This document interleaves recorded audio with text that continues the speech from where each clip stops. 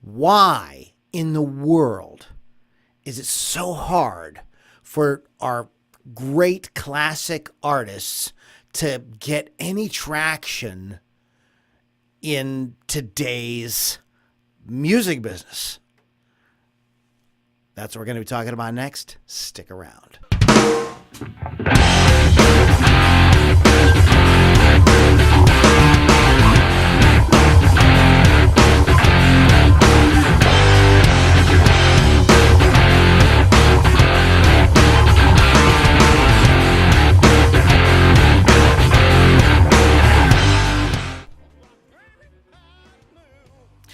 Loudini Rock and Roll Circus, changing rock history one podcast at a time.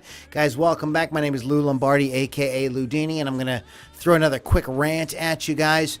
I have, in the course of being a podcast host for the past 5 years, interviewed tons of artists, including some like our most beloved classic rock artists. And many of these people, put out current music. They get involved in other projects. They put out current music. They do some cool stuff. It sounds really good. They do great music. But they seem to have a really hard time getting traction in today's world. I have a few thoughts on that. First of all, I think there's some artists that actually have done this really, really well. And it takes a few things. It takes a little bit, and sometimes a lot, of reinventing yourself. And let me give you a couple of examples. One example is Ozzy Osbourne. Ozzy Osbourne, Prince of Darkness, heavy metal god, reinvents himself as fun, dopey TV dad. And just that propels him for like the next, 10, 15 years. I mean, he's just recently announced that he's slowing down his touring schedule. So people are still interested in what Ozzy is doing. And that whole Osbourne's thing really captured. So he got into, and I believe Sharon had a lot to do with this, got into the reality TV thing when it was really, really hot at the beginning and was able to, he had smart people around him who were able to see that he was not only the Prince of Darkness, heavy metal, but he was also really fucking funny, and it really captured people's imaginations, captured people's hearts. And people go and see Ozzy now, and they're all about the heavy metal, but they also know he's kind of this lovable guy. Another example of a guy who completely reinvented himself after the demise of his band was Robert Plant. If you listen to Robert Plant's music post Led Zeppelin through the 80s, sounds nothing like Led Zeppelin, and much to the chagrin of a lot of fans. And he took the hits, but over time he's been able to have a lot of staying power because he continued to.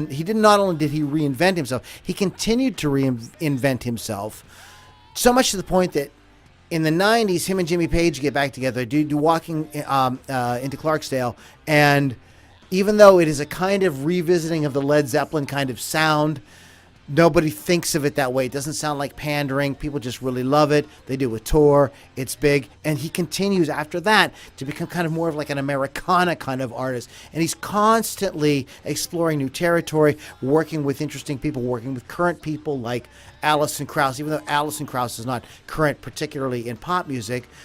Just makes some really wise decisions.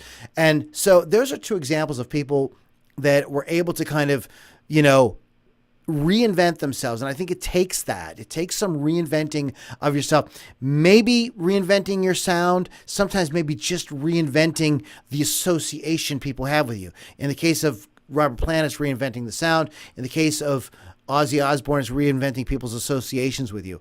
And I'll give one more example, and that is Carlos Santana, who was, wanted to go back out on tour, and his, managers and stuff were like, okay, sure, we'll put you on like a heritage tour with like, Steve Miller and these kind of artists that are going out playing hits. He's like, no, I want to do an album. I want to be, current. I want to be relevant.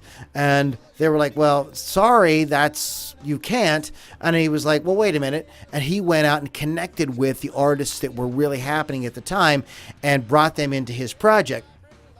And Carlos has always worked with different singers, so it really wasn't all that big of a stretch for him to do. But all of a sudden, because he does a song with Rob Thomas and these different people like that, all of a sudden he becomes relevant to a whole new generation and was able to carry that through. So that's a few examples, and I think that what these all the examples show is that, like, you have to find a way to kind of remain culturally or become culturally relevant if you're not culturally relevant already. And we're living in an era where artists, you've got like Ed Sheeran, who was kind of made on YouTube. So how does somebody like Greg Kinn, for example, who I met this past year, who does a record, and it's actually a really good record. If you haven't checked out Greg's record, it's really good. Good songwriting. It really doesn't sound dated. It sounds very now in a sort of indie rock kind of sound. But it doesn't really gain a lot of traction. People that know Greg are going to kind of check it out and enjoy it. Maybe their kids will like it, but so what's the issue here? And the issue is that these artists have to find a way, if they're going to continue, they're going to put out new music, they can do it, but they've got to find a way to do it in a way that that keeps them culturally relevant. So, there's a lot of different things that, different artists could probably do, is like maybe go be the guitar player in some current artist's band, or work with current artists. That's one way of doing it. There's some new platforms out there. I mean, become really relevant on Twitter. So people kind of already know your name. If you can start becoming, kind of interesting on Twitter or Instagram or YouTube. YouTube has their own paid platform now. I mean, I was thinking like, well, maybe somebody like Van Halen could create like a show on YouTube. I'm just spitballing here off the top of my head. But I think that you get the point that the issue isn't that the music isn't good or any of that. Because actually we've seen a lot of these artists evolve their sound. I met Nancy Wilson this past year,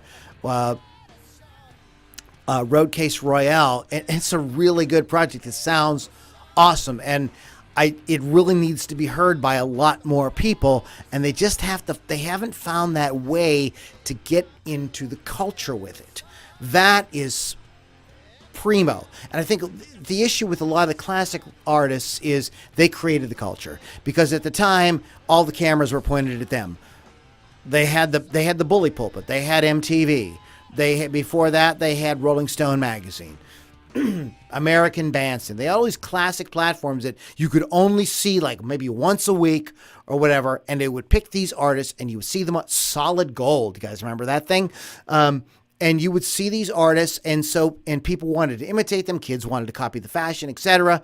Nowadays, the situation is kind of reversed, because you've got kids doing a YouTube video or a Facebook post or an Instagram post, and people sometimes like a new fashion or a new idea or whatever kind of comes out and becomes created amongst the culture. So.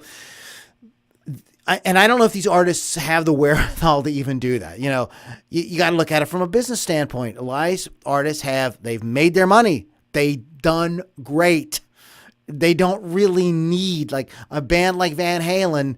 They're almost kind of like, what are they doing getting back together in 2019 and touring? Like, they don't really need to. And they don't have anything to prove. If Van Halen never releases anything else, totally fine. I mean, they have nothing to prove. I can only speak as a musician myself. You never really get tired, or you always want to express a new idea. You always want to find some way to mix it up. And it's always a lot better if you can get other people interested in it. And the way to get other people interested in it is by using social media, the internet, and carving a way through there in order to reach people and to become culturally relevant. I know I've said that about 50 times in the video. Did you get the idea? So I think that's really the issue. It's not that the music isn't good. It's not even that the music sounds dated. We're living in an era where kind of anything goes.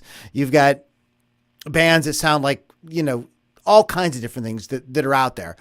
So there's a niche market for anybody, but you just got to find a way to capture people, and you've got to use this little thing called the internet to do it. All right, guys, thanks for hanging out. There's some links below. LoudiniRockandRollCircus.com is my primary website at the time. There's Patreon, a bunch of cool stuff there. All right, guys, I really appreciate it, and I will talk to you guys on the next Loudini Rockin Rant. Take care.